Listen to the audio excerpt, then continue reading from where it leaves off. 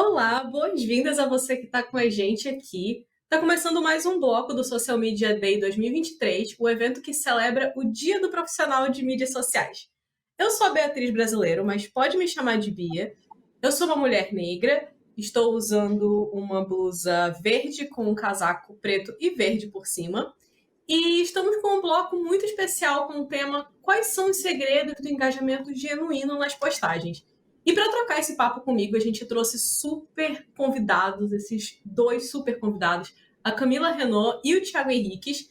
E eu vou pedir para vocês se apresentarem, começando por você, Camila. Que prazer estar aqui, gente. Eu sou Camila Renault. Eu sou consultora de marketing digital. Eu sou uma mulher branca, loira, de olhos azuis. Eu estou usando um blazer branco e preto e no meu fundo, que é marrom, vocês podem me ver aqui também. Vamos lá, eu sou consultora. Eu apoio marcas e profissionais para que eles tenham resultados através da internet e estou muito feliz de estar aqui hoje. Agora é contigo, Thiago. Prazer, é um prazer estar aqui, obrigado pelo convite. Meu nome é Thiago, eu sou um homem branco com cabelos castanhos, cacheados, uma barba curtinha, um óculos marrom. No fundo você vê plantinhas, uns quadros ilustrados que eu gosto bastante. E eu sou especialista em criatividade, eu ajudo pessoas que sentem um certo bloqueio criativo para começar a criar, a destravar isso, e pessoas que já criam a manter uma constância na criação, respeitando a saúde mental delas. E eu faço tudo isso no Tira do Papel. Incrível. Então, vamos começar o papo, né, pessoal? Vamos direto para o que interessa. E eu vou começar com uma pergunta que, puxando, né, o nosso tema, muitos criadores de conteúdo e empresas vêm debatendo nos últimos anos o tal do engajamento. Ele é talvez o que a gente mais busca quando falamos em redes sociais, mas o que muita gente ainda sofre para conseguir, né? Então, nós sabemos que uma das bases do engajamento nas redes sociais é o bom relacionamento com o público. E o que eu quero perguntar para vocês é o seguinte: como vocês constroem esse relacionamento com o público de vocês e quais dicas vocês dariam para quem está nos assistindo agora para desenvolver essa empatia e ter um olhar mais cuidadoso com os seguidores? Podemos começar então com você, né, Camila? Obrigada, Bia. É super importante. Bom que estou com o Thiago aqui, que a gente vai fazer os alertas gatilho, o quanto o engajamento costuma gerar muita ansiedade, justamente porque a gente confunde engajamento com resultado. Engajamento não é igual ao resultado, ele faz parte do resultado. E eu amei que você conduziu muito bem essa pergunta, trazendo para relacionamento. Eu tenho uma máxima que eu uso para mim, porque como ser humano já vivo na pele toda essa ansiedade também choro algoritmo, também choro engajamento perdido, também reclamo do post que eu achei que era tão perfeito e flopou, e que enquanto a gente não é capaz de amar os nossos 100 seguidores, enquanto a gente não é capaz de amar os 10 participantes da nossa live, enquanto a gente não fica super feliz com aqueles mesmos 30 que estão lá nos nossos stories, a gente não vai conseguir os 30 mil, nem os 100 mil, nem 1 milhão. Justamente que redes sociais, hoje, elas não são apenas plataformas de relacionamento, elas são plataformas que acompanham toda uma jornada de compra. A gente é capaz de descobrir marcas, a gente toma decisões, né? Então, 75% dos usuários do Instagram tomam decisões de compra nessa rede, mas a gente também conversa ali. A partir do momento que você escolhe o seu caminho, então o que eu vou entregar aqui, esse relacionamento se desenvolve melhor. Então, para mim, o que fez diferença no meu dia a dia, parece clichê, mas foi autoconhecimento. Eu sabia ouvir o público, mas eu tinha dificuldade em tirar de dentro de mim como que eu gerava essa conexão. E foi assim que eu consegui descobrir comigo que estava dentro de trazer verdade e realidade. Então, não vou mostrar o jeito certo, eu vou mostrar o jeito da real. Isso fez toda a diferença para que eu fosse capaz de seguir engajando, porque eu tinha a capacidade e essa habilidade já desenvolvida de conectar do lado de lá. Mas do lado de cá, isso foi um passo mais desafiador para mim. Encontrar esse caminho, encontrar esse coração aqui dentro fez toda a diferença. E aí uma dica que eu deixo para quem está nos acompanhando para buscar esse autoconhecimento dentro da sua marca e para aqueles que são marcas pessoais, assim como eu, também dentro de si. Muito boa, muito boa. Achei incrível essa dica. Realmente sobre isso, né? Sobre encontrar primeiro a sua verdade e valorizar quem já está contigo desde o início, mesmo pequenininho. E, Thiago, eu quero saber a tua resposta também. Eu amei isso. E como você disse, Camila, essa fala, entre aspas, do autoconhecimento é considerada clichê e muita gente, mas é isso, né? E no final não explora o óbvio, entre aspas. Mas eu acredito que essa seja uma direção maravilhosa. Uma coisa que eu presto muita atenção, tanto em mim quanto nas outras pessoas, e que tem a ver com isso também que você disse, são as emoções, as coisas que as pessoas sentem. Porque como eu falo muito sobre processo criativo, como eu falo muito sobre criatividade, e claro, a criação de conteúdo está meio que dentro desses assuntos, eu já notei que a parte psicológica que as pessoas sentem acaba sendo que atrapalha muitas vezes elas, né, de criar conexões ou criar de fato o que elas gostariam de estar criando. Então, essa foi uma forma que eu fiz, algo que eu dei muita atenção durante toda essa construção de marca e essa presença online. É o que as pessoas sentem, por que elas travam, por que elas não conseguem fazer isso? É porque elas sentem medo, é porque elas sentem uma vergonha, né? Como é que a gente pode trabalhar isso aqui para no final sugerir processos que possam, né, manter a pessoa em movimento, a pessoa criando, independente do contexto dela, né? Como é que ela pode pegar essa informação e adaptar. E prestar atenção no que elas sentem quando eu estou criando é uma coisa que eu faço muito. Eu tenho essa pergunta assim que me guia, né, que é uma espécie de quem leu vai sentir, quem assistiu isso aqui vai sentir. Eu tento sempre pensar o que a pessoa pode sentir nesse momento, se eu não sou uma máquina para prever, mas eu acho que a atenção nas emoções, além das informações e análises de números, foi sempre uma coisa que me ajudou a construir esse relacionamento de forma empática. E faz muita diferença no relacionamento e nesse engajamento, viu, Bia? Então, vou aqui trazer meu relato, gente, muito vida real. Durante muito tempo, eu gerei conteúdo de valor. Eu era capaz de compreender as dores do meu cliente, do meu potencial cliente, e gerar um conteúdo capaz de curar essa dor. Mas eu não gerava emoção. Então, entender isso, autoconhecimento, gente, o que que você tem de valor, o que que a sua marca tem, qual que é a missão dela. Trazer isso de verdade e começar a mostrar trouxe engajamento, porque antes eu entregava valor, a pessoa gostava, construía reputação, construía autoridade, tinha até audiência, mas o engajamento vem da conexão. E para a gente conectar, tem que trazer a vulnerabilidade, tem que expor. Aí o match de milhões acontece. E não só isso, né? Mas para a gente aprender a utilizar a entender o que o público está sentindo, a gente precisa aprender a ouvir o que o público está trazendo para a gente, né? E já fazendo um link com a nossa próxima pergunta, um outro fator muito importante quando a gente fala de engajamento é o tal do social listening, né? Que é a estratégia de monitoramento das interações e conversas nos canais de mídias sociais, que, para o bom português, a gente pode chamar de escuta social.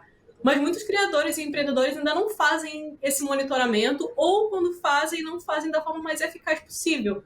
Como vocês fazem isso hoje e o que vocês acham importante definir para ter uma estratégia eficaz de social listening?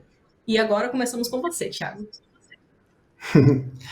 Bom, o que eu gosto, além de olhar para o padrão, que seria números, é olhar para a parte qualitativa, para entender o que as pessoas estão falando, a profundidade que muitas vezes elas trazem coisas para mim, né? Então, como eu crio muito para o Thiago do passado, eu brinco sobre isso, né? Eu acabei atraindo pessoas, né, que têm valores parecidos, que têm muitas coisas parecidas comigo na minha criação, têm uma visão mais empática para a criatividade também. E entender quais são as dificuldades dessas pessoas, que às vezes eram levemente diferentes das minhas, ou quais eram as principais dificuldades, muitas vezes, desse público, né? Me ajudou muito a aplicar também o princípio de Pareto, que a gente chama, né, na criação. Tipo, eu sei que desses 10 temas que eu falo, tem esses 3 aqui que são, uou, isso aqui é o que realmente chama muita atenção, né? Então, escutar as pessoas e tentar catalogar isso de alguma forma, eu não tento manter isso só no meu cérebro. Eu confio no meu cérebro para fazer associações, ter ideias, eu não confio nele para lembrar e para consultar coisas. Então, gosto sempre de anotar as coisas e não só dizer, essa pessoa me disse tal coisa. Eu realmente copio e colo a mensagem, porque eu quero sentir, como eu comentei, a emoção que ela me trouxe, aquela informação. Eu quero usar muitas vezes as mesmas palavras que ela usa, né, para se comunicar. Acredito que uma vez eu usava, eu acho que era desbloquear, não lembro qual era o termo antigo que eu usava, que eu já até excluí da minha mente, mas tipo, desbloquear, procrastinação, não sei o que era, e as pessoas sempre usavam vencer. E eu comecei, beleza, a maioria das pessoas conversam dessa forma, deixa eu tentar usar esses termos que elas usam. Né? Então eu adapto a minha comunicação muito baseada nessas coisas que eu escuto.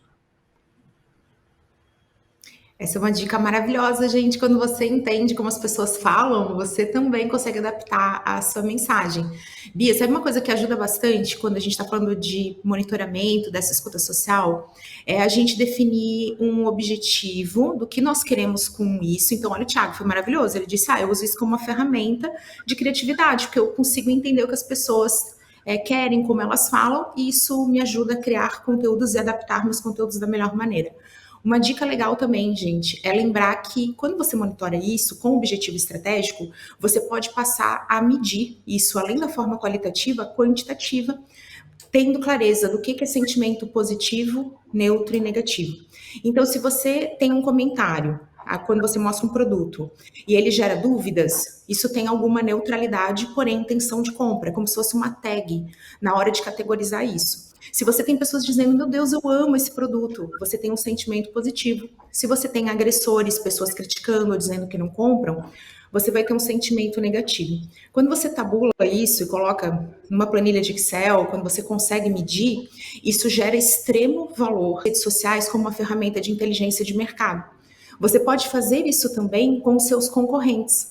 Monitorar comentários onde apareçam produtos e entender como é que está a questão de a neutralidade, positivo ou negativo, dentro dos comentários ali e traçar um comparativo, um referencial, fazer isso ao longo do tempo. Uma dica extra aqui, para quem quer fazer isso e fala, meu Deus, Camila, não tem como monitorar todos os comentários dos meus 5 concorrentes, é que você pode ter uma amostra. Então, você usa uma estatística a seu favor. Você vai falar, eu vou monitorar o que eu consigo. São 5 posts por mês da minha marca e 3 de cada concorrente. Tudo bem, depois de um ano você tem uma base, ela é qualificada porque você usou uma amostra, você sabe que ela não representa 100%, mas a estatística vai trabalhar a nosso favor nesse rolê da vida real e você vai poder ter uma fonte muito grande de informação.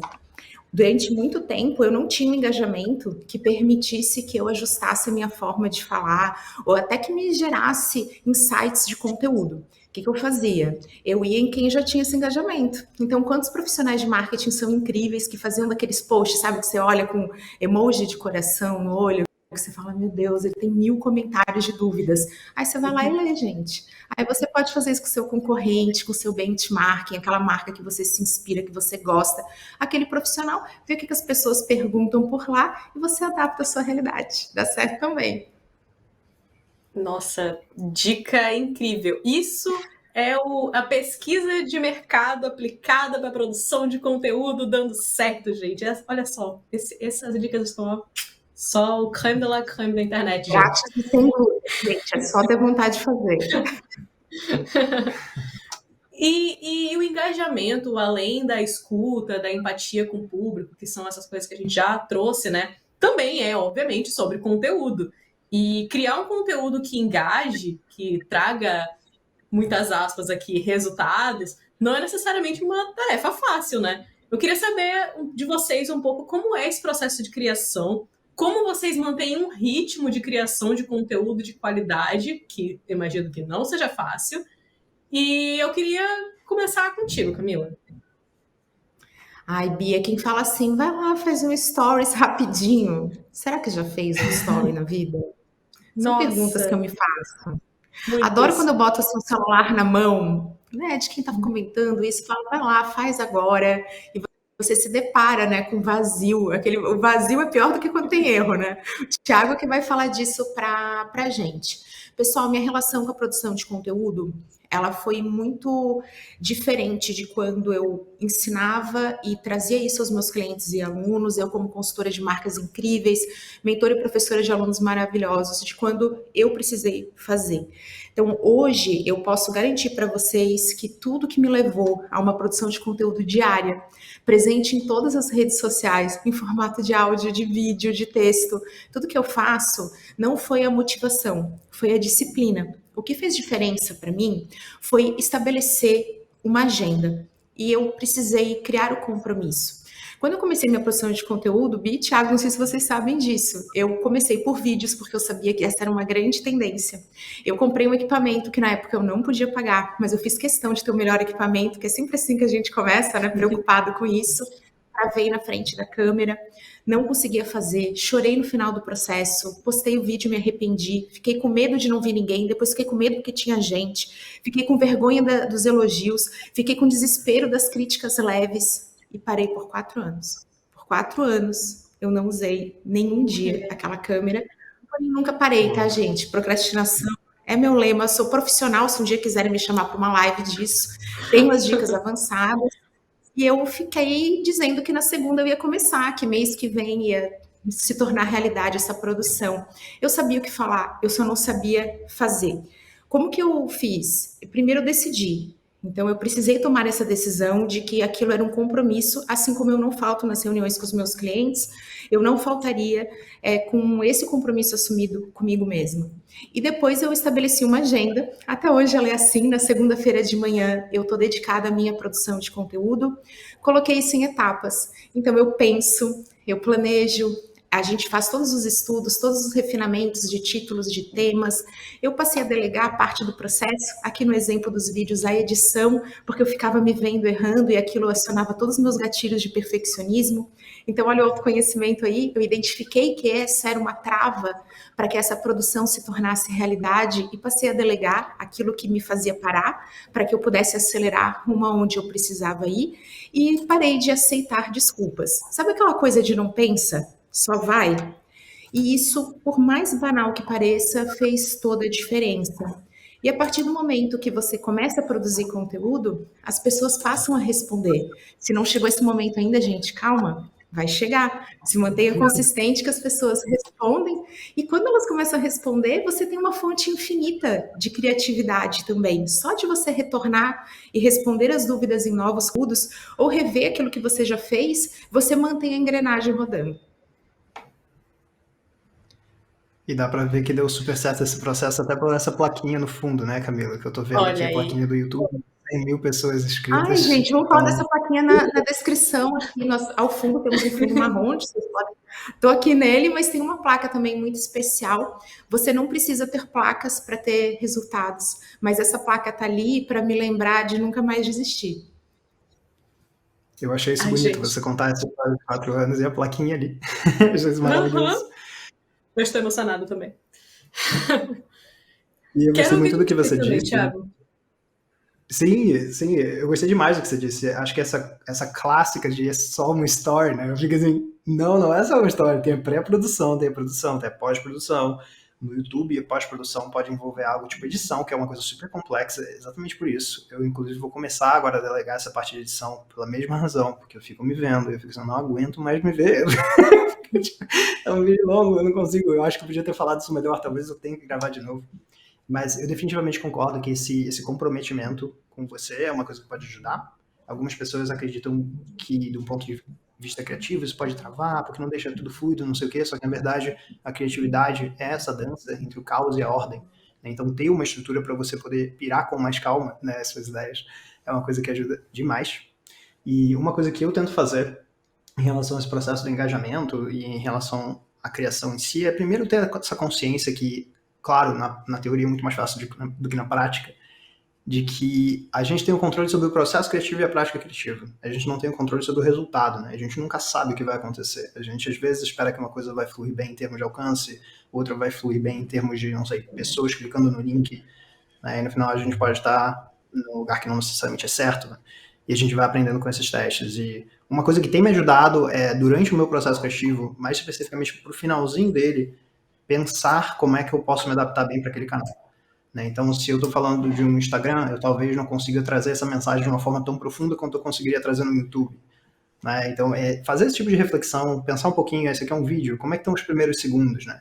Então, eu não perco a essência da minha criação, mas eu tento adaptar aquela coisa que eu desenvolvi para aquele contexto daquele canal, porque isso costuma ser muito importante. Se você fizer o vídeo mais maravilhoso do mundo, mas talvez leve 7 segundos para chegar nesse ápice, a pessoa talvez passe. Então tem alguns contextos que eu acho legal considerar, que são muito contextuais e que podem te ajudar um pouquinho a, baseado em teste, né, chegar nessa parte mais interessante de entrega orgânica. do engajamento. Mas lembrando que a gente, no final, nunca tem controle do resultado. Como a Camila disse, eu também, em vários momentos, putz, isso aqui foi mal, achava que é bem, não sei o quê. Tem aquele momento emocional mesmo, depois da criação, né? E isso faz parte, eu não acho que alguém chegue num nível de maturidade que isso desapareça. Mas depois a gente processa, a gente racionaliza e aprende com aquele teste que a gente fez, que eu acho que é um dos passos mais importantes. Muito, muito bom. Já estamos quase chegando ao fim do nosso papo sobre engajamento, mas com uma última pergunta. A gente já falou um pouco sobre essas questões de erros que a gente comete, né, em produção de conteúdo e no foco nas coisas erradas. Vocês já citaram alguns dos erros que vocês já cometeram, mas eu queria que vocês falassem um pouco mais sobre outros erros que vocês ou já cometeram ou que vocês encontram mais frequentemente aí nas redes. Sabe aquele que dá vontade de mandar uma DM e dizer: meu anjo, vem cá, senta aqui do meu lado, deixa eu te contar, tem um jeito mais fácil de fazer isso.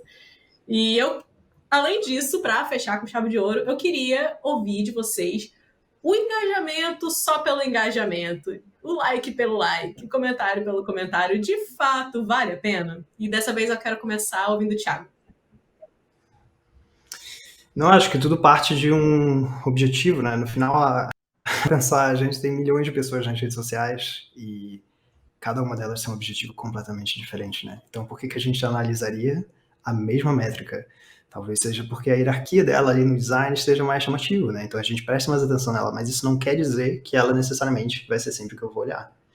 Então eu, por exemplo, faz parte da minha criação na internet, tem um ecossistema diversificado, eu tenho uma newsletter, eu tenho no YouTube, eu tenho no LinkedIn.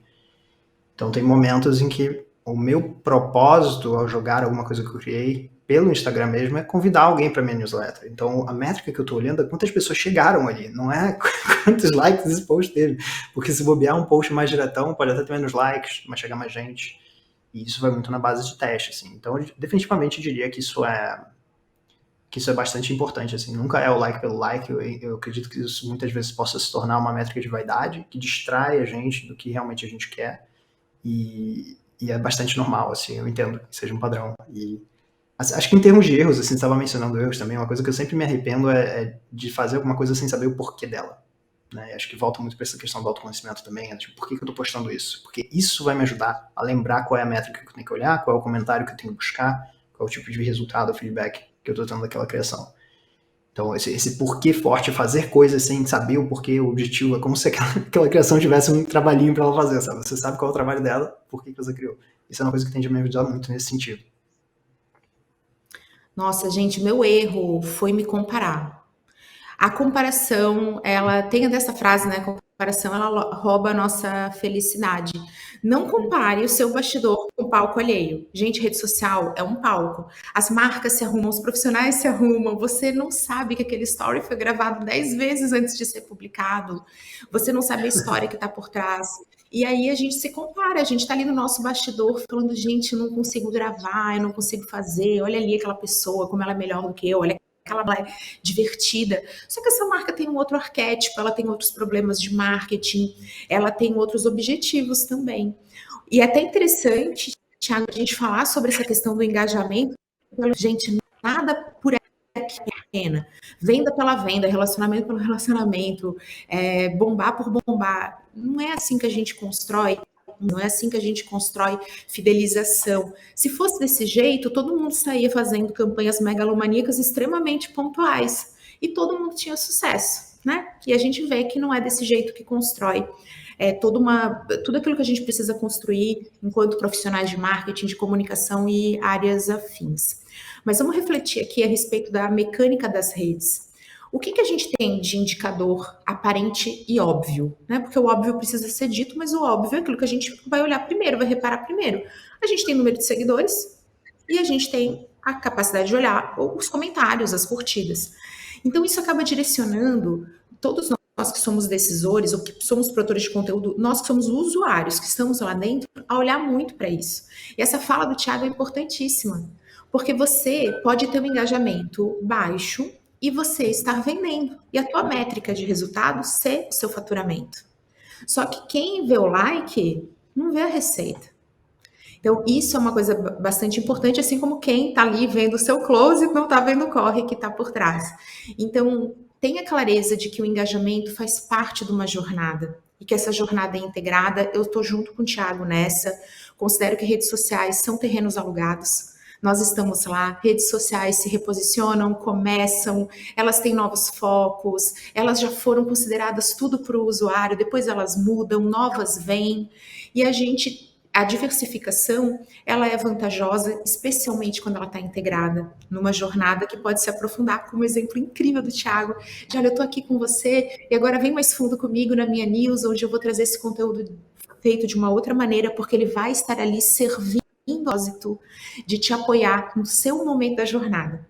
Conteúdo é isso. Conteúdo é um serviço que a gente presta para aqueles que ainda não estão prontos para comprar, ou para aqueles que já estão, ou para aqueles que estão fidelizados, ou para aqueles que vão recomprar, ou para quem precisa de suporte. Então, o conteúdo serve a diferentes propósitos e objetivos.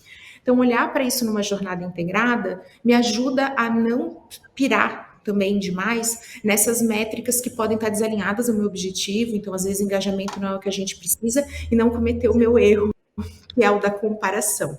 Então, eu sigo vigilante, viu, Bia? Quando eu começo a me comparar, porque isso, gente, não tem cura, tem tratamento, tá? Quando eu fico assim, tô me comparando, eu já volto vigilante, falo, não vou me comparar. Aquela marca, aquele profissional tem sua trajetória, tem seu histórico, seus objetivos, e lembro de olhar para o meu histórico e também para onde eu quero chegar. E aí, quando eu boto esse foco na minha própria trajetória, passa na hora. E só construindo rapidamente em cima disso. Ai, desculpa, por favor, Thiago, você é a prioridade aqui. Não, Thiago, você precisa fazer esse comentário. E, gente, vocês podem fazer comentários no nosso chat também, botando que vai acabar, a gente ama, tá? Esse engajamento com vocês, a gente quer. Eu adorei que você falou comparação, porque por acaso eu trabalhava antes com infografia e visualização de dados, essas coisas assim, e eu sempre brincava com isso, tipo, você não vê essa parte dos bastidores, né? Tudo que você não vê, você preenche com a sua perspectiva. Então, se você não sabe daquilo, você vai preencher que aquela pessoa mandou bem, aquela pessoa fez de primeiro, ou aquela pessoa vendeu, ou aquela pessoa... Se você fosse fazer de fato um infográfico, essa brincadeira, né? Você conseguiria desenhar esse infográfico? Não, você não tem as informações. Então, eu costumo brincar em relação a isso com as pessoas que me acompanham. Tipo, você não consegue, infelizmente, desligar um botão aqui de comparação, né? Tipo, o seu cérebro processa o mundo assim. Mas se a gente tenta ver que isso tem lacunas e a gente está preenchendo, isso ajuda muitas vezes, né, nesse processo de comparação, porque eu também me comparo bastante, então eu gostei muito que você trouxe desse lado.